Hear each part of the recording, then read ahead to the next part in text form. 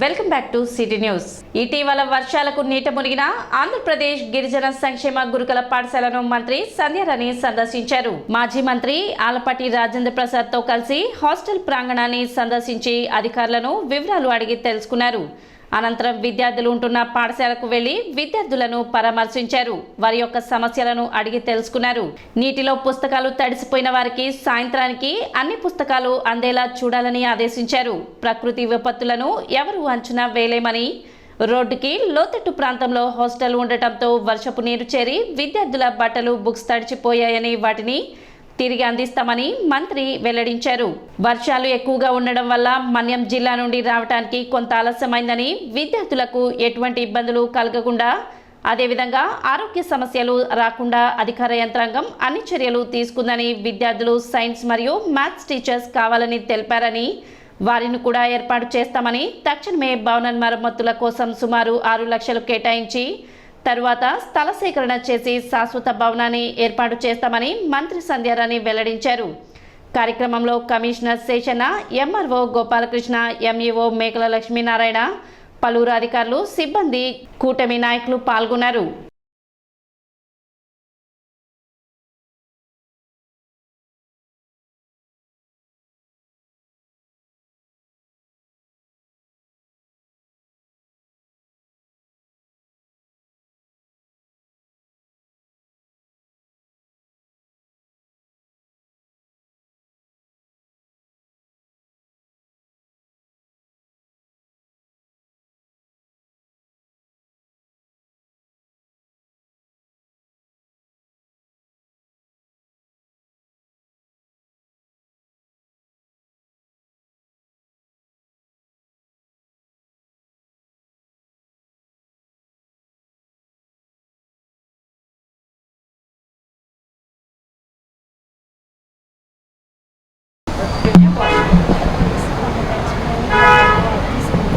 గారు పిల్లల బుక్స్ ఎవరెవరు తడిచిపోయినా మొత్తం అందరికీ మనం ఇస్తున్నారు.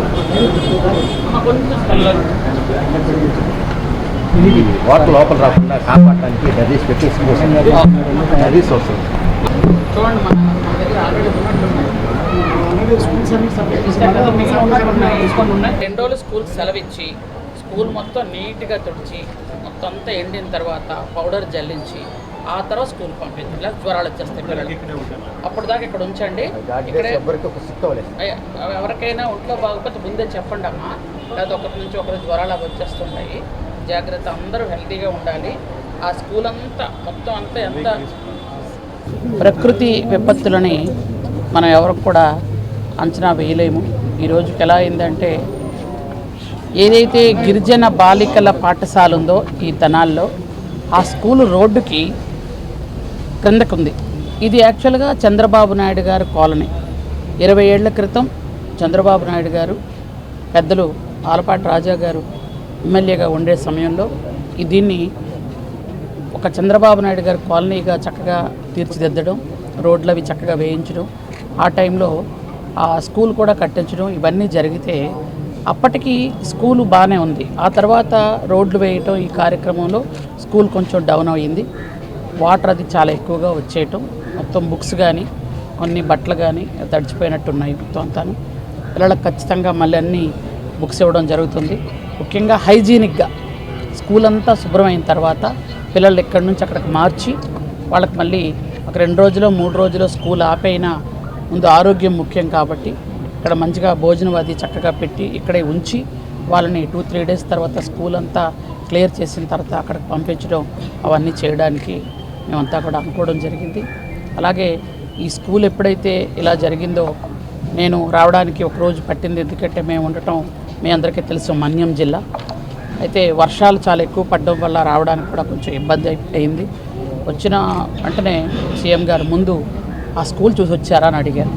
వెళ్తున్నాం సార్ అని చెప్పి నేను రాజా గారికి రావడం, ఈ స్కూల్ చూడడానికి 114 మంది పిల్లలు ఉన్నారు. పిల్లలందరూ చక్కగా భోజనం చేస్తున్నాం, అంత బాగుంది, ప్రిన్సిపల్ గారు అంత చక్కగా చూసుకుంటున్నారని, అలాగే మా అధికారులు గారు, డైరెక్టర్ గారు కానీ, అలాగే గురుకులం సెక్రటరీ గారు కానీ, ఇక్కడ DW గారు కానీ అందరూ కూడా చక్కగా పిల్లల్ని మానిటరింగ్ చేస్తూ వాళ్ళకి హెల్త్ ఇష్యూస్ ఏం లేకుండా ఇబ్బంది ఏమీ జరగకుండా చూసుకుంటున్నారు. సైన్స్కి ఒక ఇద్దరిని, తెలుగుకి ఒకరిని అడిగారు. ఖచ్చితంగా వాళ్ళని కూడా పంపిస్తాం, బుక్స్ కూడా పంపిస్తాం. అట్లాగే వాళ్ళకి కావాల్సిన బ్లాంకెట్స్ కానీ బెడ్షీట్స్ కానీ అవి కూడా పంపిస్తాం. అలాగే పిల్లలు ఎందుకంటే ముందుగా ఫస్ట్ రిపేర్కి ఒక 6 to 7 lakhs ముందు పంపించి రిపేర్స్ ముందు చేయించిన తర్వాత వాళ్ళకి పర్మనెంట్గా ఒక దగ్గర మంచి ప్లేస్లో ఆల్రెడీ ఎంఆర్ఓ గారికి కూడా చెప్పాం, మంచి ప్లేస్ చూడండి అని. ఒక ప్లేస్ చూసిన తర్వాత అక్కడ స్కూల్ నిర్మాణం కూడా కొత్త నిర్మాణం చేయాల్సిన అవసరం ఉంది.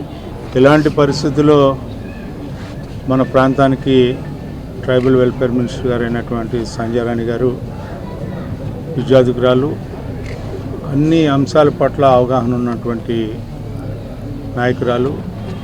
అలాంటి నాయకురాలు మన ప్రాంతానికి ఇలాంటి పరిస్థితుల్లో రావడం కొద్దిగా బాధాకరమైన, కానీ బాధతో ఉన్నటువంటి బాధాతత్వ హృదయాల్ని ఈ రోజున వాళ్ళందరికీ కూడా కాస్త ఉపశమనం కలిగేలాగా వాళ్ళందరికీ నేను ఉన్నాననే ఒక అండ కలిగించాలనే బాధ్యత కలిగిన మంత్రినిగా ఈరోజు మన ప్రాంతానికి రావటం, పిల్లల్ని వాళ్ళందరినీ పలకరించటం, పిల్లలతో మాట్లాడటం, పిల్లల యొక్క ఆలోచనలకు అనుగుణంగా ఏం చేయాలి అని చెప్పి వారికి తిండి లేకపోతే చదువు లేకపోతే ఆశ్రయం ఏ రకంగా ఉంది అని చెప్పి వీటిలన్నిటి గురించి ప్రతి అంశాన్ని కూడా క్షుణ్ణంగా తెలుసుకొని ఇక్కడ ఏం చేస్తే బాగుంటుందని చెప్పి తొందరగా ఒక హాస్టల్ను కూడా మరి పునర్నిర్మాణం చేసి వీళ్ళందరికీ కూడా చక్కటి వస్తువులతో కూడినటువంటి ఈ యొక్క వసతి గృహం ఉండేలాగా చేయాలనేది ఆమె యొక్క సంకల్పం.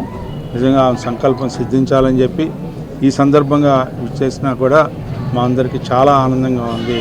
మరి మంత్రినిగా ఈ రోజున మన ప్రాంతానికి వచ్చినందుకు మన ప్రాంత పరిస్థితులను తెలుసుకోవటమే కాకుండా మరి ముఖ్యంగా ఎవరైతే చదువుకుంటా ఉన్న చిన్నారుల్ని వారి యొక్క చిన్నారుల యొక్క చదువుకు ఎలాంటి ఇబ్బంది కలగకుండా చూడటానికి వచ్చేసినటువంటి మంత్రి గారికి సంధ్యా రాణి గారికి హృదయపూర్వకమైన ధన్యవాదాలు తెలుపుకుంటూ ఈ విపత్తుల నుంచి అందరూ కూడా కోలుకోవాలని చెప్పి రైతాంగం కానీ రైతాంగం మీద ఆధారపడేటువంటి రైతు కూలీలు కానీ అదేవిధంగా అనేక సంబంధాలు కలిగినటువంటి అందరూ కూడా ఎవరికి నష్టం కలగకుండా చూడాలని చెప్పి ముఖ్యమంత్రి చంద్రబాబు నాయుడు గారు రాత్రనక పగలనక నిన్నటి దినం నుంచి ఆయన కలెక్టరేట్ వదలకుండా అర్ధరాత్రి పూట కూడా సంచరించి పోయి అందరినీ కూడా విచారించి ఎవరికి కూడా ప్రాణ నష్టం జరగకుండా ఉండాలి ముందు అనే ప్రయత్నంలో భాగంగా అందరూ మంత్రుల్ని కూడా పిలిపించుకొని ఎవరెవరికి ఏ రకమైనటువంటి బాధ్యతలు.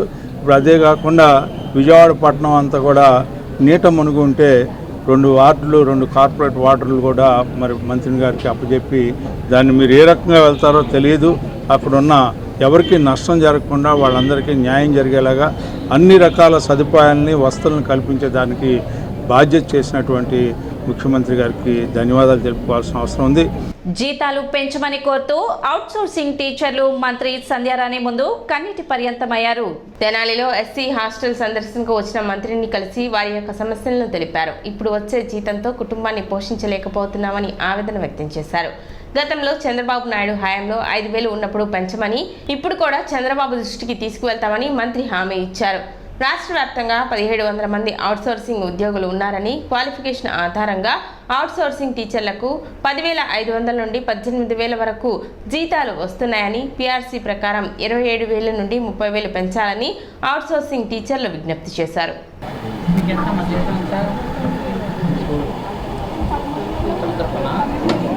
Madam 14,800 madam. అందులో మాకు పిఎఫ్ కట్ అవుతుంది.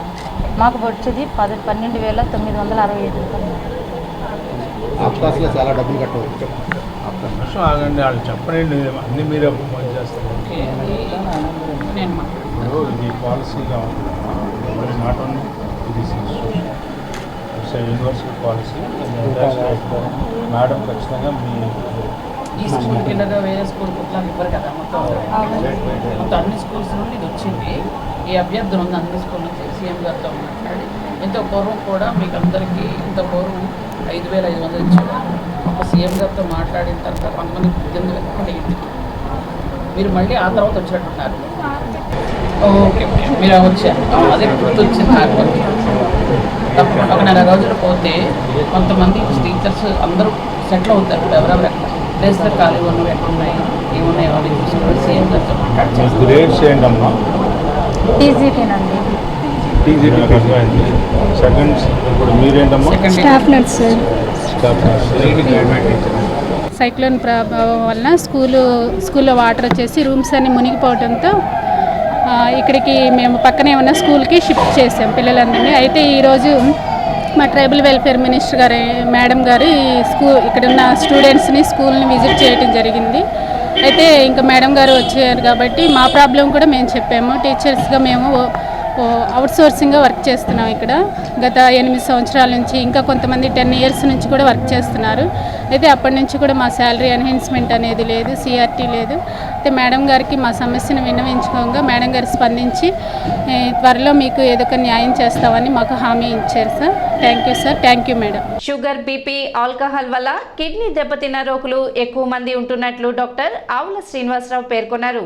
ఐఎంఏ తెనాలి శాఖ ఆధ్వర్యంలో స్థానిక శాఖ హాలులో నిర్వహించిన డాక్టర్ పాటిబండ్ల దక్షిణామూర్తి ధార్మిక ఉపన్యాస కార్యక్రమంలో ప్రాక్టీస్ నెఫ్రాలజిస్ట్ పర్సెప్టివ్ అనే అంశంపై ఆయన ప్రసంగించారు. ఈ సందర్భంగా ఐఎంఏ తెనాలి శాఖ అధ్యక్ష కార్యదర్శులు విజయలక్ష్మి, పవని ప్రియాంక, కోశాధికారి మధుప్రభాకర్ బాబు, ఉపాధ్యక్షులు అనిల్ కుమార్, డాక్టర్ దక్షిణామూర్తి, వేణుగోపాల్లు, వక్త శ్రీనివాస్కు దక్షిణామూర్తి బంగారు పథకం ప్రదానం చేశారు. ఇక్కడ ఐఎంఏ హాల్లో ఈరోజు డాక్టర్ దక్షిణామూర్తి గారు ఎండోమెంట్ లెక్చర్ జరుగుతుంది.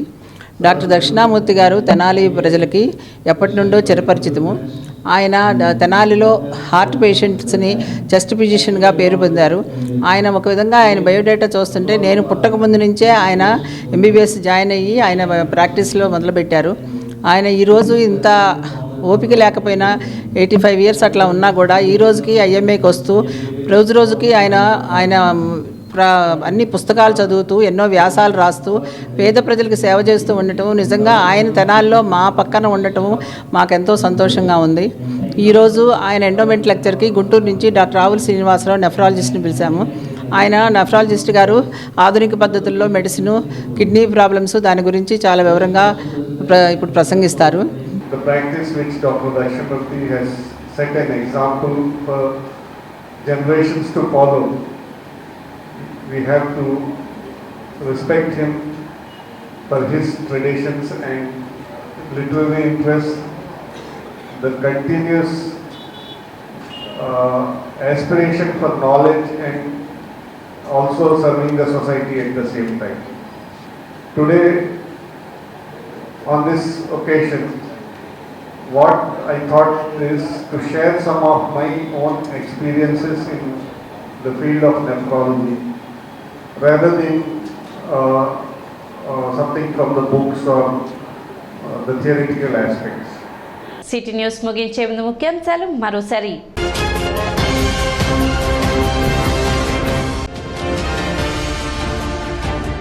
కొల్లిపర మండలంలో వరద ముంపు ప్రాంతాలను సందర్శించిన మంత్రి నాదెండ్ల మనోహర్.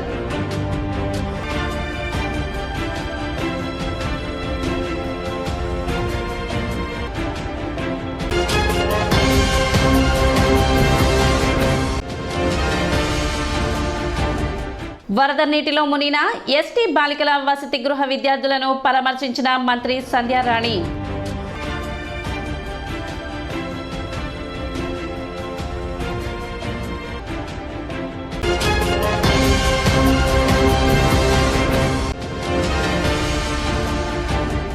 ఉప ముఖ్యమంత్రి పవన్ కళ్యాణ్ జన్మదినం సందర్భంగా పట్టణంలో మొక్కలు నాటిన మంత్రి నాదెండ్ల మనోహర్.